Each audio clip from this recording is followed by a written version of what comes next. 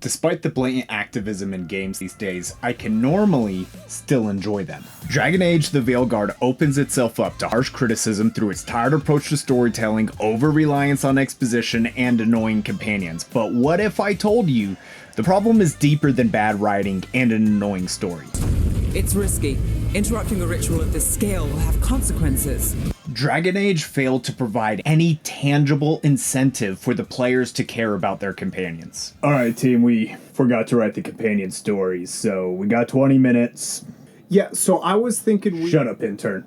Stacy, Present. what do you have for us? Ooh, I have a character creator, Mad Lib. Perfect. The BioWare team forgot to make the companion game mechanic an actual game mechanic in a game about companions.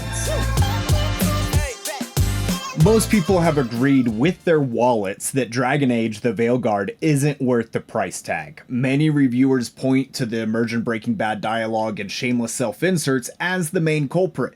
Some point out the combat was a little rough around the edges, but it's not like I was trying to fight a wombat with a potato. Okay, maybe it was. And the main quest is like a never-ending textbook of exposition, which makes things worse, not to mention the ratio of cutscenes to actual gameplay touches absurdity. But each of these things on their own isn't enough to make it a categorically bad game. Then the realization hit me. All the companions in this game are completely replaceable by an inanimate object. And nothing about the core gameplay would change. Nothing's changed. I can't even begin to care about a companion story if I don't care about having a companion in the first place. Companion-driven storytelling has devolved from a groundbreaking game mechanic to an opportunistic messaging avenue for game writers to insert themselves into our world. We wanted players to find their own path through this game. Did you though? Mass Effect 2 in 2010 introduced the idea that game companions weren't just there to tag along, spout exposition, and speak generic lines during combat. They had a role in your ability to complete the game. Sure, the execution of this at times was a bit clunky, like a toddler learning to walk, but it was a new idea and revolutionary for its time. It was revolutionary. It made your companions essential for completing the story of the game and introduced deep philosophical ideas like utilitarianism, honor versus personal glory, survivalism, and pragmatism. Fast forward 15 years and companion relationships in games have become an avenue for game writers and directors to self-insert, push activism, and destroy the idea that made the mechanic fun in the first place. Tell me what you really think. For companion-driven storytelling to feel right, they must be treated as much a core game mechanic as your combat skills or your inventory. Think about it. Every game gives you a goal, hands you some tools, and expects you to use them with a little skill and finesse. The use of these tools leads to the successful completion of the game's given objectives, and companions should be no different. They're given to us in order to achieve the objective of the game. But unlike a sword, shield, or elixir, these companion game mechanics wield a unique blend of narrative, character, and gameplay that should assist the player in immersing themselves within the world and creating an emotional attachment to the story. When we look at companion-driven storytelling within games and how they should be connecting a player to the game, we find that there's a lack of real consequences within these relationships. Never easy, is it, kid? What do you mean? Making the big choices, then living with the consequences. Take Mass Effect 3's disappointing ending.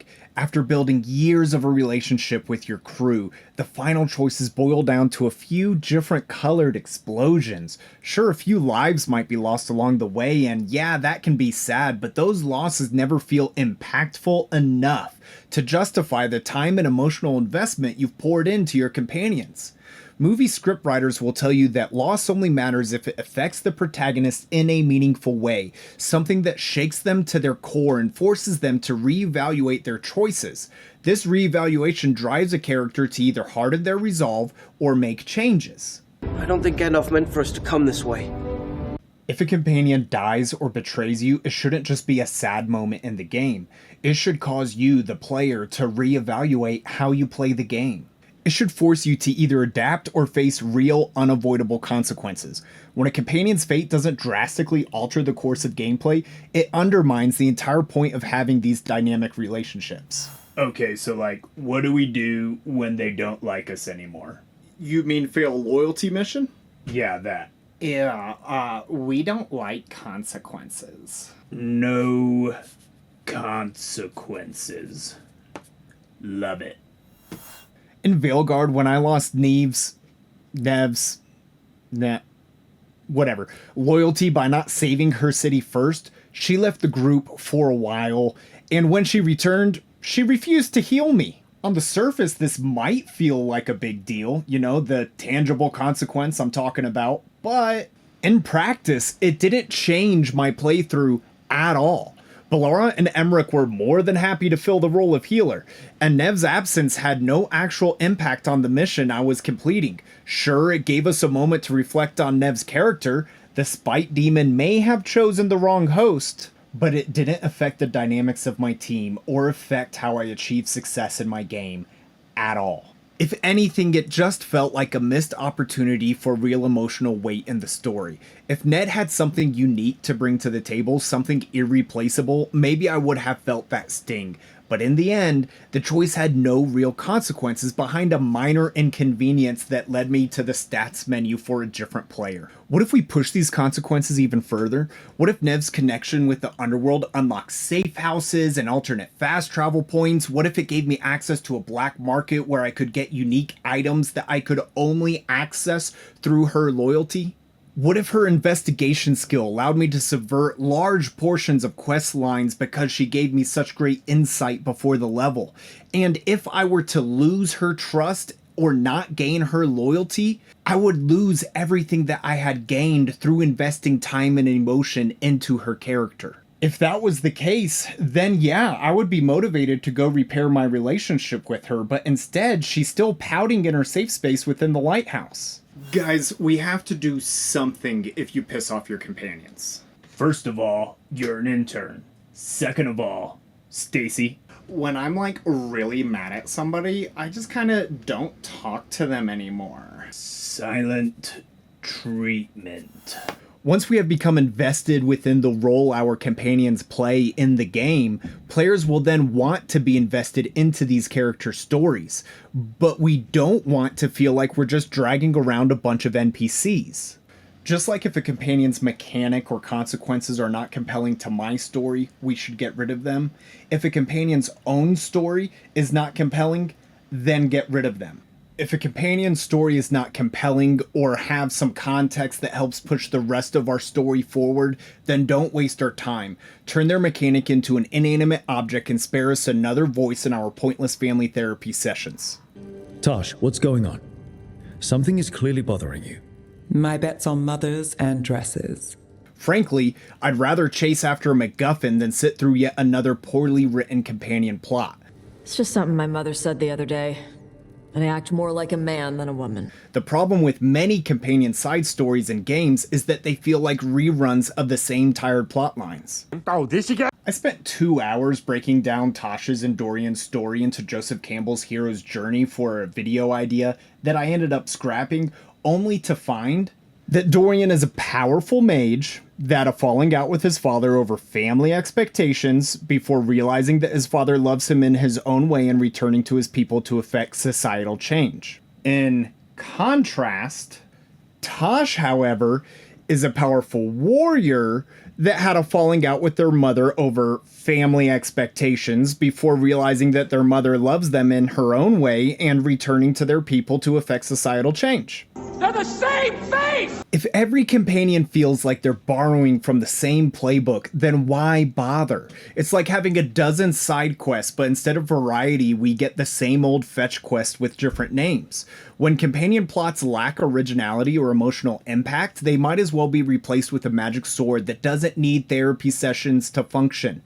If the character's story isn't compelling enough to stand on its own, then why waste the effort of turning them into a full-blown game mechanic? Also, please stop using the same Mad Lib to create all the characters.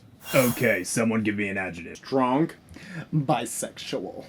Bisexual? Okay, give me a class. Warrior. Assassin. Assassin. Now I need a family member. Ooh, cousin. Whoa. What? Why did she say cousin like that? Now verb. Fornic. Betrays. Just betrays. Just give me this one. Fine, intern, you win.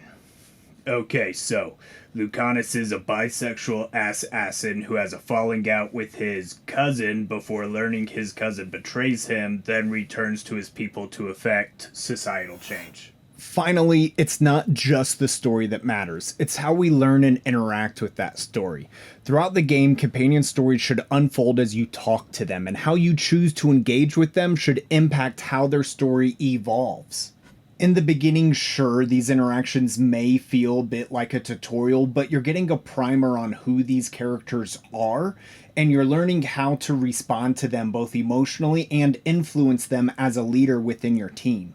As the stakes grow within the story, talking to companions should evolve into something much more dynamic, like solving a puzzle. You'll need to use what you've learned about them, their personality, and what they care about to unlock their full potential in your quest, which are natural-born traits of a leader.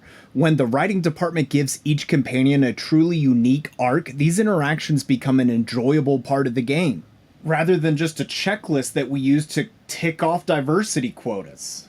Okay, I've got bisexual human male, female, bisexual male that's into dead things. I've got a bisexual non-binary dragon thing. What am I missing, guys? Straight male, straight female, just straight anything. Really, straight anything. Bisexual dwarf. Bisexual dwarf. Genius, Stacy. Genius. In summary, if a companion player isn't ultimately pushing the narrative forward or helping the player achieve their goal, then it should be cut. Just like Canto Bight in The Last Jedi, or the whole movie entirely, too often we're stuck with filler characters who don't affect the gameplay in any meaningful way. Instead of just another collection of dialogue options, I want a core mechanic complete with a compelling backstory that changes how I approach the game. A companion's contribution to gameplay, the depth of their story, and how it's revealed to the player is key to creating memorable, engaging experiences within the RPG companion-driven story genre. Give us a story where every companion isn't just a written piece of emotional padding, but an essential part of the journey. Hey, guys, could we revisit? Go home, intern. Your ideas suck.